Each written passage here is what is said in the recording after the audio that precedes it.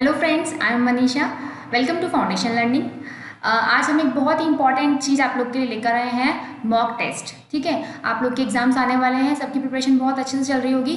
बहुत लोगों ने तो रिवीजन भी स्टार्ट कर दिया होगा।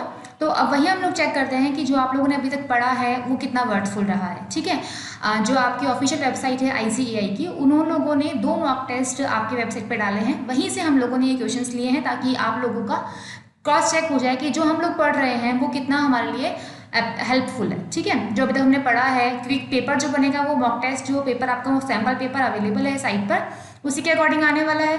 तो जो हमने मॉड्यूल के क्वेश्चंस डिस्कस किए थे वही हम लोग मॉक टेस्ट में देख रहे हैं। काफ़ी सारे क्वेश्चंस तो मैंने रिपीटेशन भी देखा है यहाँ पे।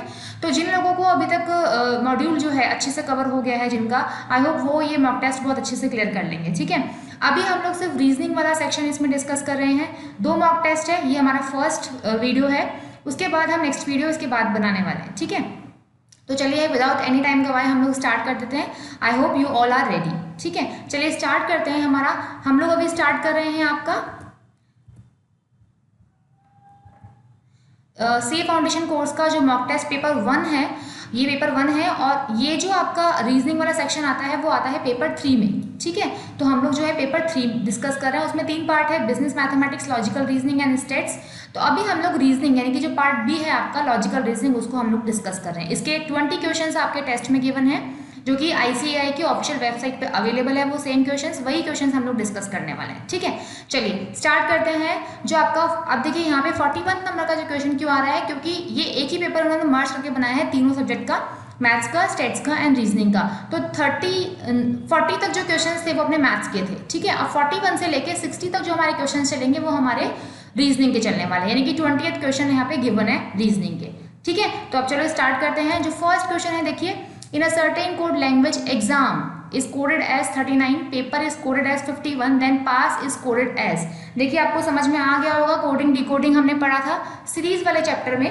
ठीक है, जो रीजनिंग में हमने डिस्कस किया था सीरीज, सेम उसी का ही है। तो कैसे सॉल्व करेंगे, जिन लोगों ने मेरे वीडियोस देखे होंगे और जिनको समझ में आए होंगे, आई होप बहुत अच्छे समझ में आए होंगे आप लोगों को। तो उसमें मैंने क्या बताया था, क्या करना है आपको एग्जाम। अब देखिए इसमें क्या हम पैटर्न लगाए, तो क्योंकि 39 पहले कोड गिवन है तो हम देखते हैं कि एग्जाम का जो है इनके प्लेसेस का सम क्या होगा।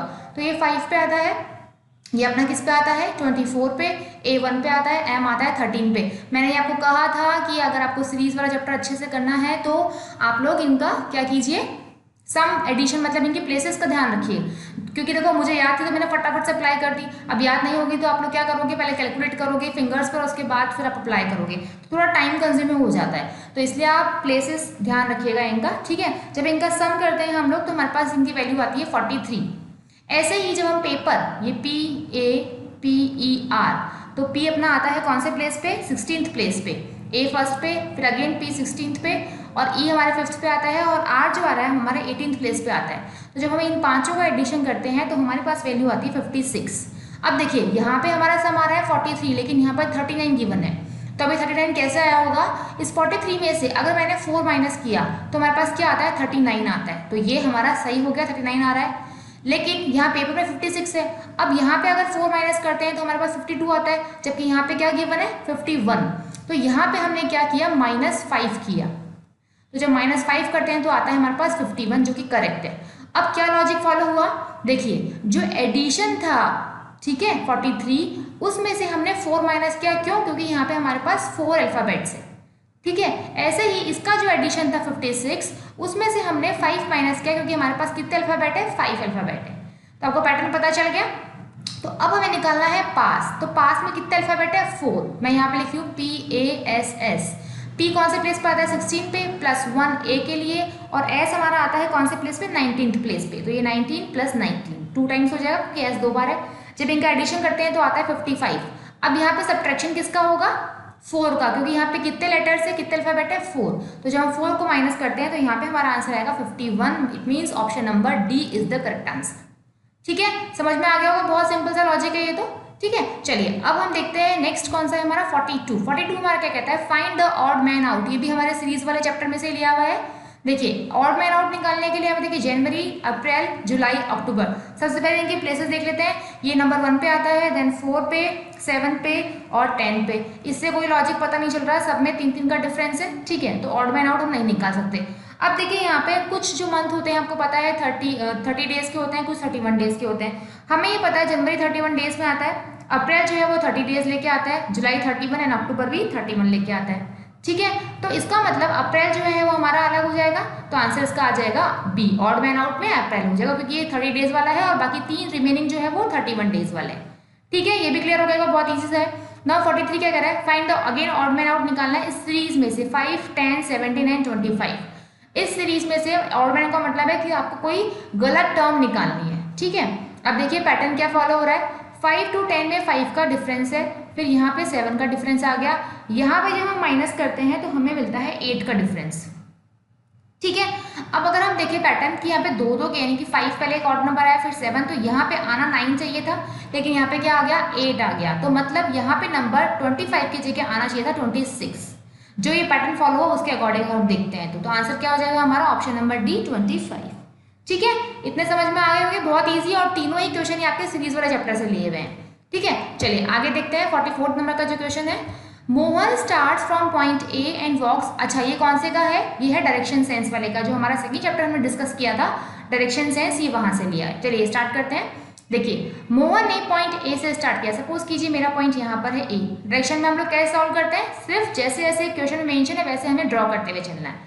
And walks 1 kilometre towards south, south नीचे की तरफ होता है, मैं यहाँ पे आपके लिए डायरेक्शन बना देती हूँ। ये देखिए यहाँ पे ईस्ट होता है, ये वेस्ट, ये नॉर्थ एंड साउथ, ये हमने पहले देखा था रीजनिंग वाले चैप्टर में। अब ये कहाँ जा रहा है, साउथ की तरफ जा रहा है, तो हमने इसको 1 किलोमीटर साउथ की तरफ चला दिया।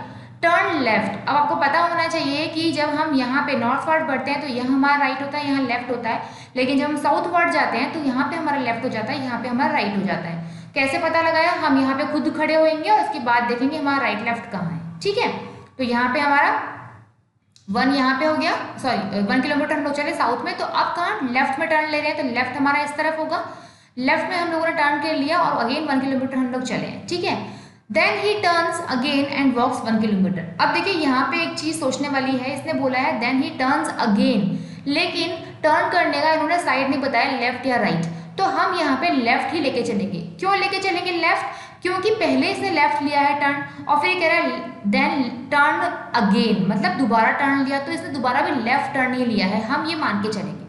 ठीक है, अगर उसने राइट टर्न लिया होता तो वहां पे मेंशन करता ही टर्न्स राइट, लेकिन इसने कहा दोबारा टर्न लिया है, तो दोबारा कौन सा टर्न लिया होगा, जो पहले लिया होगा।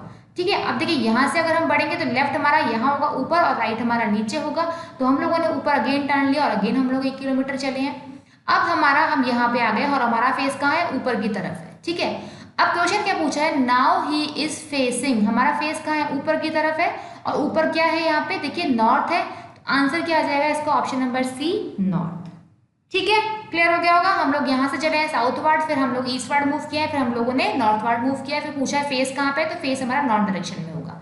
राइट, डायरेक्शन सेंस का क्वेश्चन था, बहुत सिंपल, ऐसे क्वेश्चन में मॉड्यूल में भी देखे, तो अगर आपको वो चीज समझ में आ गई होगी तो आई होप ये आपके लिए बिल्कुल भी टफ नहीं होगा। ठीक है, चलिए 45 देखिए, Arun started from a point A, again ये डायरेक्शन सेंस का, ये पॉइंट ए से अरुण ने स्टार्ट किया चलना and walk 10 kilometre towards east, east की तरफ हम लोग 10 किलोमीटर चल रहे हैं। ठीक है, और यहाँ पे हमारा आगे point B, then he turn to north, north का ऊपर की तरफ होता है, तो हम लोग ऊपर की तरफ चल रहे हैं 3 किलोमीटर, और यहाँ पे आगे हमारा पॉइंट सी, ये देखिए, and then turn west and walk 12 kilometre to point D, फिर हम लोग कहाँ पे चले, वेस्ट की तरफ, वेस्ट हमारा यहाँ होता है, अब कितना चल रहे हैं हम लोग 12 किलोमीटर, और ये आगे हमारा पॉइंट डी।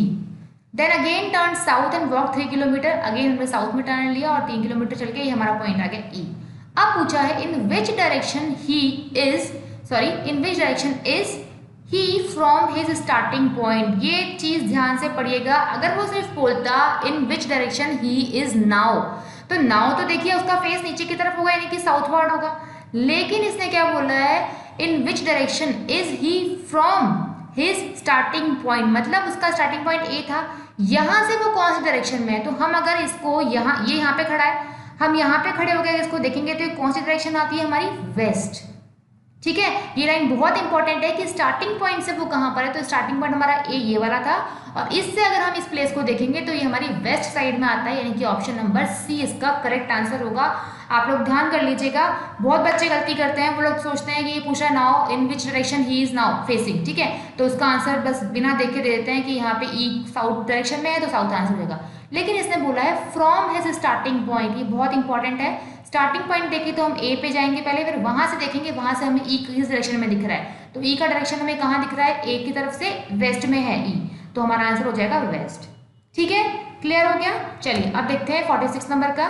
इसमें क्या बोला है, I stand with my right hand extended. देखिए ये भी डायरेक्शन सेंस का क्वेश्चन है, लेकिन इस क्वेश्चन को आपको करने के लिए अपने आप को अजम्पशन लगाने पड़ेंगे। ठीक है, अज्यूम करना पड़ेगा आपको किसी प्लेस पे। मैं पहले यहाँ पे आपके लिए डायरेक्शन बना देती हूँ। ये देखिए मैंने ये डायरेक्शन बना दिए हैं, ये है अपना east, west, north and south. अब देखिए ये कहाँ खड़ा है, I stand with my right hand extended sideways toward south. ठीक है, सपोज कीजिए हम यहाँ सेंटर में हैं। ठीक है, अब इसने क्या कहा है कि मेरा जो राइट हैंड है वो अगर मैंने साइडवेज एक्सटेंड किया है, मतलब हम हाथ फैलाते हैं, ठीक है, हवा में, तो वो राइट हैंड मेरा साउथ के डायरेक्शन में आ रहा है।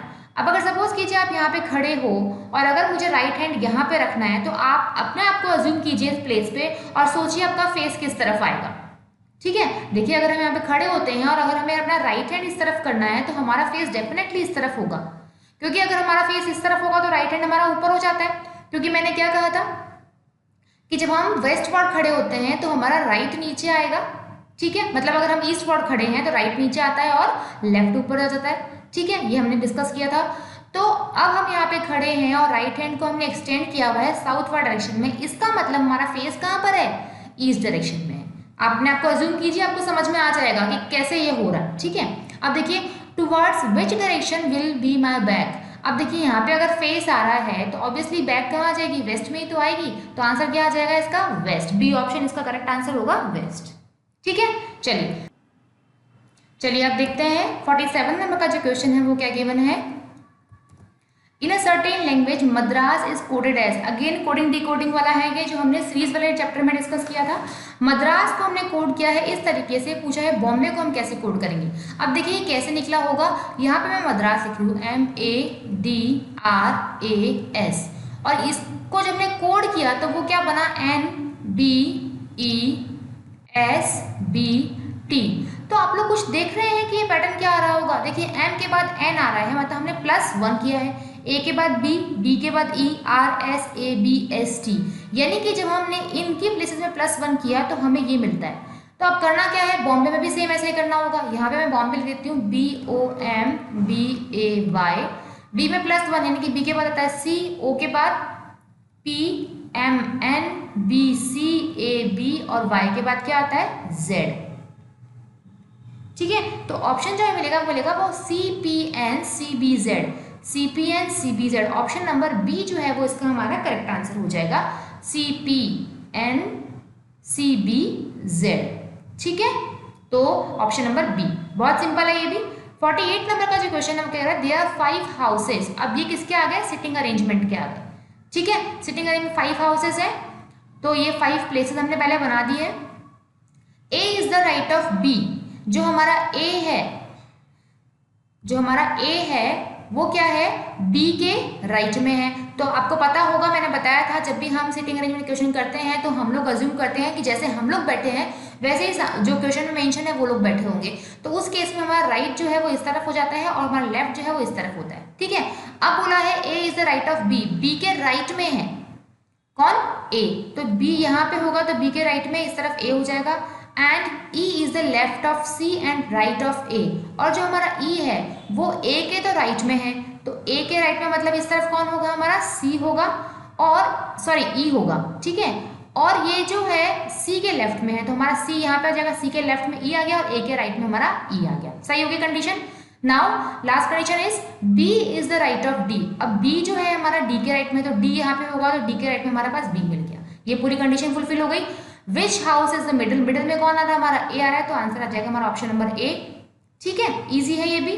49 नंबर का देखिए, girls are sitting on a bench, वही हॉरिजॉन्टल हमको लेना है और नॉर्थवर्ड हमको फेस लेके चलना है। अब अगेन कितनी गर्ल्स है, आई थिंक 5 ही गर्ल्स है। Q is the left of R। अब यहाँ पे हम क्या लेते हैं, बताया था अभी, राइट लेते हैं इस तरफ और इस तरफ हम लोग लेफ्ट को लेते हैं। Q is the left of R, Q जो है वो R के लेफ्ट में है, तो ये हमारा R हो गया, R के लेफ्ट में Q हो गया। But on the right of P, पर P के राइट में है तो ये हो गया। S is to be right of R, S कहाँ है, आर के राइट में, तो आर के राइट इधर होता है, हमने एस बना दिया। But on the left of T, T के लेफ्ट में आ गया, ये फुलफिल हो गई कंडीशन सारी।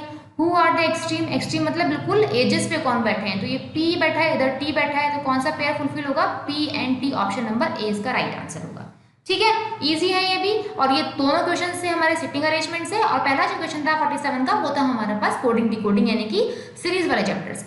चलिए आगे देखते हैं 58 नंबर का जो क्वेश्चन है वो क्या कह रहा है। 5 friends PQRST, again sitting arrangement का क्वेश्चन है। ठीक है, 5 फ्रेंड्स लोग बैठे हैं, और कैसे बैठे हैं ये लोग, अगेन नॉर्थवर्ड डायरेक्शन में ही बैठे हैं।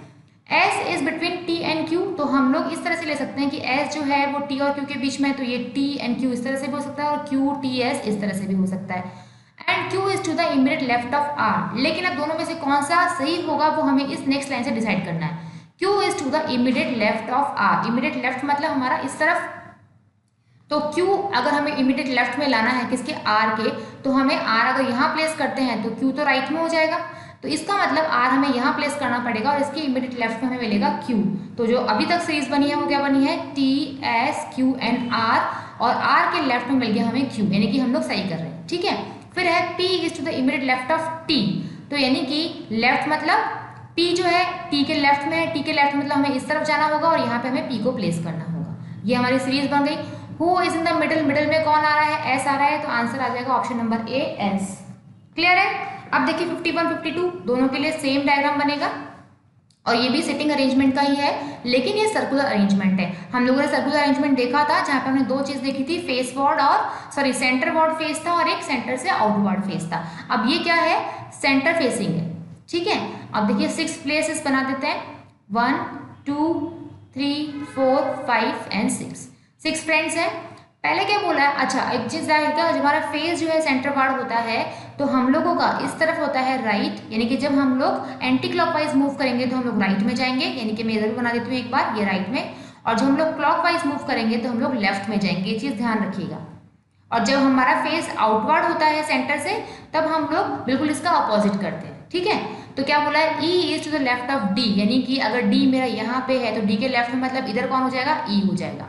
फिर C is between A and B, इसको एक बार स्किप करते हैं। F is between E and A, F E और A के बीच में है, तो यहाँ पे तो पॉसिबल नहीं है, तो ऑब्वियसली यहीं पे होगा। F कहाँ है, E और A, तो ये रहा हमारा E, ये रहा हमारा A, इसके बीच में F आ गया, और दूसरा कहता C A और B के बीच में था, तो ये हमारा A है, तो इन दोनों के बीच में हमें C को प्लेस करना है, तो ये हमारा पूरा अरेंजमेंट हो जाता है। ठीक है, D के लेफ्ट में E है, फिर F जो है A और E के बीच में है, और A अगर यहाँ पे आ गया तो यहीं पे पॉसिबल है एक ही प्लेस, C जो है इस दोनों के बीच में आ जाएगा, और B के लिए एक ही प्लेस बचता है। ठीक है, अब पूछा 51 में, who is to the left of B, B के लेफ्ट में, तो B का लेफ्ट मतलब हमें इस तरफ जाना पड़ेगा, तो B के लेफ्ट में कौन मिलता है हमको, B के लेफ्ट में हमें मिलता है ऑप्शन नंबर C, यानी कि D। देखिए जब हम लेफ्ट पर इधर जाएंगे तो हमें मिलता है D, तो ये तो हो गया इसका answer C, option number C answer D। फिर who is the right of C, C के राइट में, तो राइट के लिए हमें इस तरफ जाना पड़ेगा, जब हम राइट के लिए इस तरफ जाते हैं तो हमें क्या मिलेगा, इधर मिलेगा हमें A।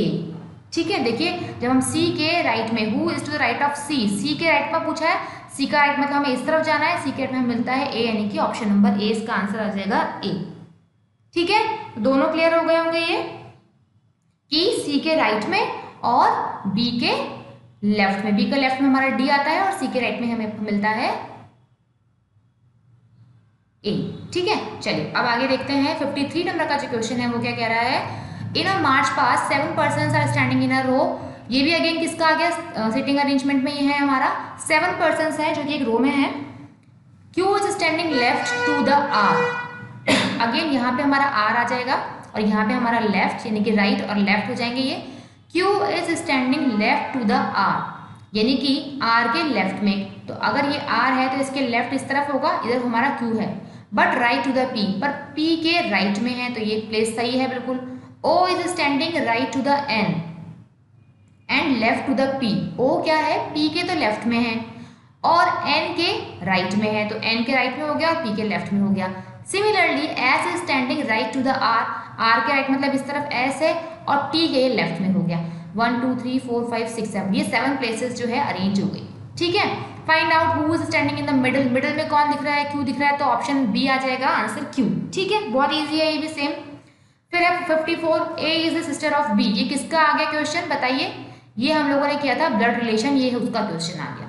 ठीक है, चलिए इसको भी देख लेते हैं। ए इज सिस्टर ऑफ बी, यानी कि मैंने बताया था आपको सिंबल कैसे अरेंज करने होते हैं। जिन लोगों ने ब्लड रिलेशनशिप का नहीं देखा है प्लीज वो जाके वो रेफर कीजिए पहले, उसके बाद ही आप इक्वेशन करने के लायक बनेंगे।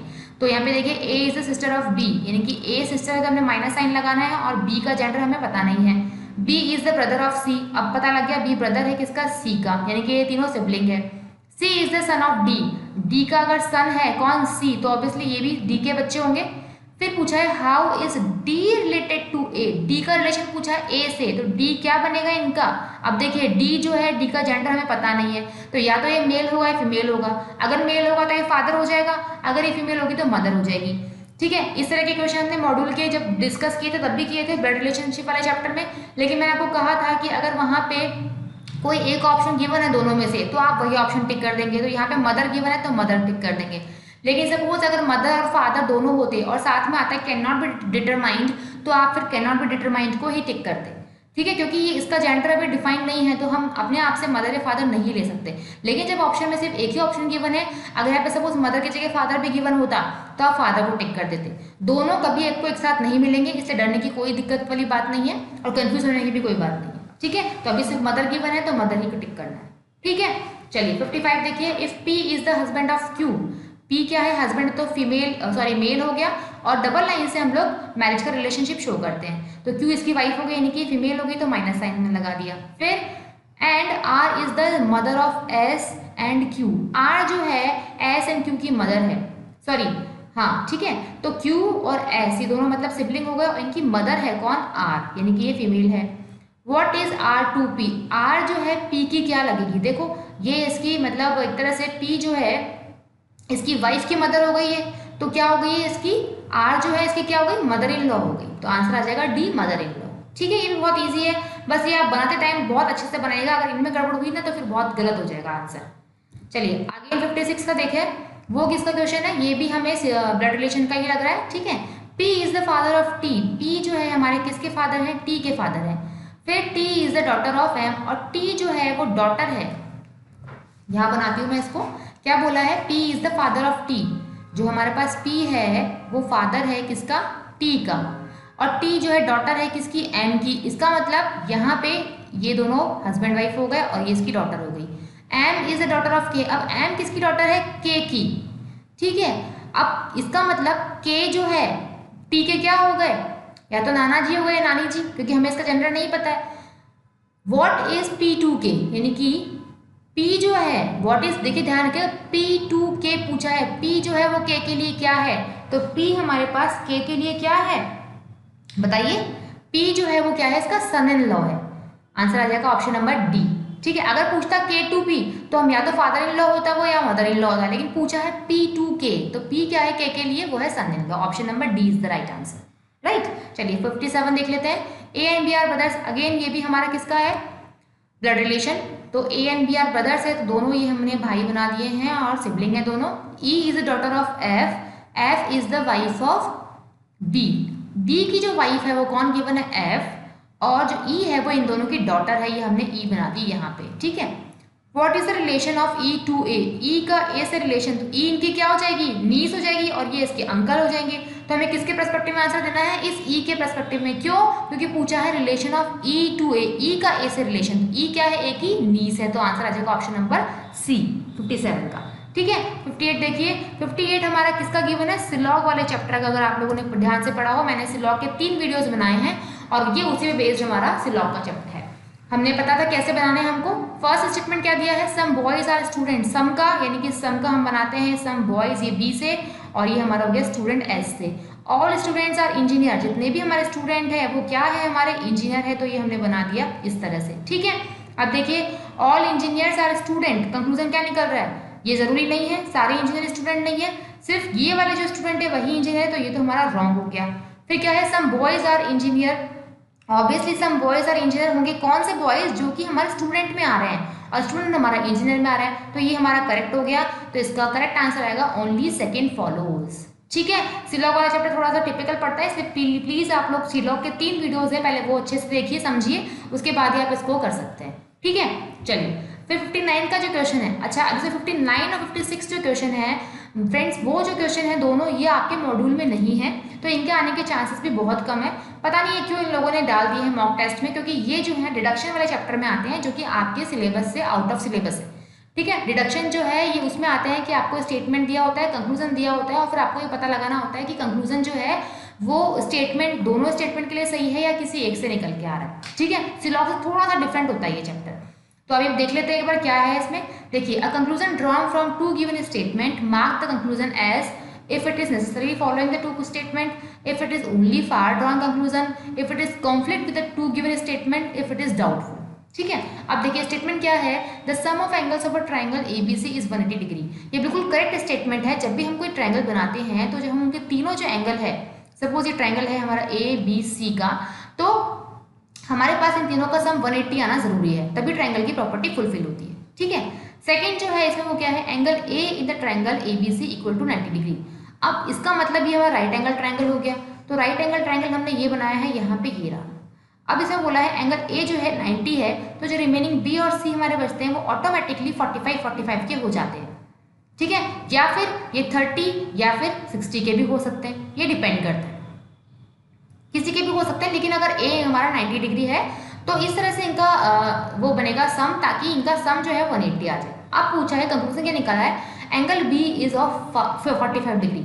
अब 45 जो है इन दोनों से ये श्योर नहीं है कि 45 हो, वो 30 भी हो सकता है, वो 60 भी हो सकता है। ठीक है, तो अब ये जो कंक्लूजन है हम इसके लिए परफेक्टली श्योर नहीं है, तो देखिए इट इज डाउटफुल तो होगा ही नहीं, क्योंकि हम लोग मानते हैं ये हो सकता है, डाउटफुल तो कंडीशन नहीं है, तो ये तो गलत हो गया।